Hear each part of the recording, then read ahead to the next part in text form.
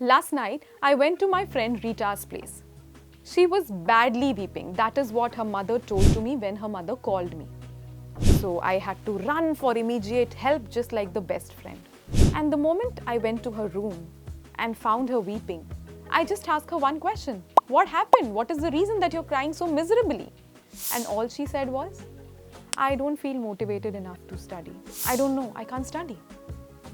And then I just gave her a glass of water firstly, made her comfortable, made her sit alongside me and told her, see, you have to study. It's the question of marks. What future do we have?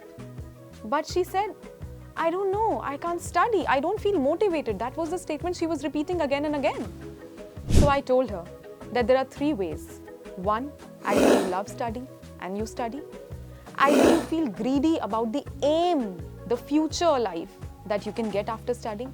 Or the harsh reality, somebody beats you, scolds you and then you study. So what is the way you want to study? What way would you want to adopt? All she said was, I don't want to be scolded. I don't want short-term rewards. But yes, I know that I can become a doctor or an engineer after this and that's how I want to study.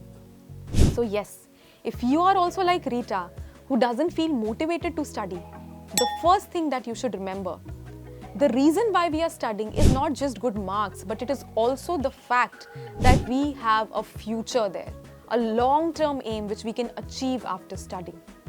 The second thing, even short-term aims and short-term motivation is something which can help you. So ask your parents, ask your tutor, ask your friends to give you some rewards, some small rewards when you get good marks so that you still get constantly motivated. The third thing, at times no matter how much we try, we still feel demotivated. The best thing is go up to YouTube, search for some podcasts, search for some motivational videos so that you can look up to someone and try to become like them. The reason probably why you still feel demotivated is because you know the underground reality that the syllabus is so much. The moment I pick a book, I feel sleepy. Or the moment I pick a book, I feel that the syllabus is so much, how will I be able to do it? So, you have to break it down into small pieces, that's it. Divide the whole syllabus into different chapters. Divide the whole chapters into different subtopics. It's all easy. You have to just start with one single step, not the whole book. I hope all these tips helped and you will not repeat the same mistake that Rita did.